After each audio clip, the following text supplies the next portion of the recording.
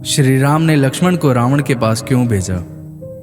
रामायण तो बहुत लोगों ने सुनी होगी और देखी भी होगी, पर रामायण का यह कथन बहुत ही कम लोग जानते होंगे कि रावण की मृत्यु से पहले श्री राम ने लक्ष्मण को रावण के पास क्यों भेजा था। मैं आज आपको इस कथन से अवगत कराना चाहता हूँ, जो शायद बहुत ही कम लोग जानते होंगे। रावण श्री राम द्वारा नाभि में बाण लगने के कारण घायल अवस्था में युद्ध भूमि पर पड़ा था, पर अभी उसके प्राण निकलने ही वाले थे। उसकी मृत्यु निकट थी। वह अपनी अंतिम घड़ी में अपने पापों को याद कर रहा था। दूसरी तरफ श्री राम की विजय का उत्सव मनाया जा रहा था, पर श्री राम रावण की मृत्यु से भी दुखी थे, क्योंकि भले ही वह पापी दुष्ट था, परंतु वह विश्व विजेता तथा परम ज्ञानी भी था। रावण महाज्ञानी, बुद्धिमान, सारे वेदों और पुराणों का ज्ञाता और सभी कलाओं में निपुण था, पर अहंकार के वश में उसने अनगिनत पाप किए थे, जिससे ब्राह्मण कुल में पैदा होने के बावजूद भी वह राक्षस कहलाया। श्री राम उस समय यह सोचकर चिंता में थे कि रावण की मृत्यु के बाद उसका सारा ज्ञान व्यर्थ हो जाएगा। तभी श्री राम ने लक्ष्मण को बुलाया और कहा, जैसा कि हम सब जानते हैं रावण महाज्ञानी है, तो क्यों ना उससे उसके अंतिम समय में कुछ ज्ञान प्राप्त किया जाए। श्री राम के कहने पे लक्ष्मण जी रावण के पास चले तो गए, पर गुस्सा और नाराजगी के कारण रावण के सर के पास जाके खड़े हो गए। तभी श्री राम ने कहा, हे लक्ष्मण, कभी भी किसी भी व्यक्ति से कोई भी ज्ञान लेते समय उसके चरणों की ओर खड़ा होना चाहिए, फिर चाहे वह तुम्हारा शत्रु ही क्यों न हो। ज्ञान लेते समय हमें विनम्र और सर झुका के रहना चाहिए। लक्ष्मण रावण के चरणों के पास चले गए और परम ज्ञानी को प्रणाम किया। रावण का सारा घमंड नष्ट हो चुका था और उसके अंतिम समय में केवल उसका ज्ञान ही उसके साथ था। रावण मुस्कुराया और लक्ष्मण को जीवन का ज्ञान देने लगा।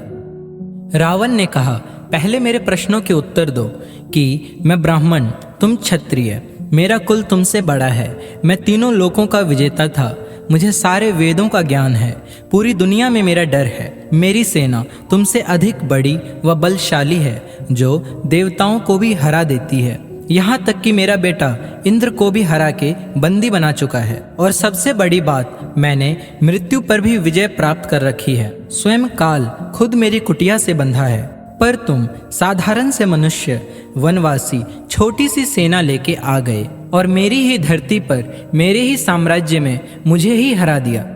मैं कुल और ज्ञान दोनों में तुमसे बड़ा हूँ, यहाँ तक कि मैं अपने खुद के राज्य में तुमसे लड़ रहा हूँ, और तुम अपने राज्य से दूर मेरे राज्य में मुझसे लड़ने आए, फिर भी मैं हार गया। हे लक्ष्मण, अब यह बताओ कि मैं क्यों हारा, मेरे हारने का कारण क्या है। लक्ष्मण ने कहा, मैं नहीं जानता कि आप क्यों हारे, कृपया कर आप ही इसका कारण बताएं। रावण ने कहा, मैं तुम्हें यही बताना चाहता हूँ कि तुम चरित्रवान और मैं चरित्रहीन। जिस दिन कोई भी व्यक्ति अपने चरित्र से गिर जाएगा, उस दिन उसका विनाश निश्चित हो जाएगा। किसी भी व्यक्ति का चरित्र उसके भविष्य का निर्माण करता है। रावण ने कहा, मैं चरित्र से नीच हो गया था, मैंने ज्ञानी होने के बावजूद भी अनगिनत पाप किए।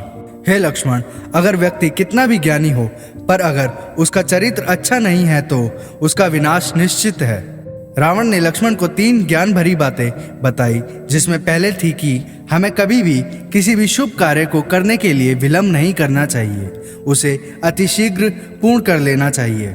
रावण कई शुभ कार्य करना चाहता था, जिसमें से एक धरती से स्वर्ग जाने के लिए सीढ़ी बनाना था। वह एक आधुनिक विज्ञान का प्रयोग करने वाला था, जिसमें धरती से सीधा स्वर्ग जाया जा सकता था, परंतु आलस और गलत कार्यों में व्यस्त होने के कारण उसने अपना समय अच्छी जगह उपयोग नहीं किया। रावण ने दूसरी बात बताई। रावण ने कहा, लक्ष्मण, मैंने तुम्हें और श्री राम को केवल एक साधारण मनुष्य समझा। मुझे लगा कि तुम दोनों वनवासी मामूली से ही तो हो, और वानरों की सेना के साथ मेरी विशालकाय सेना का क्या ही बुरा कर पाओगे।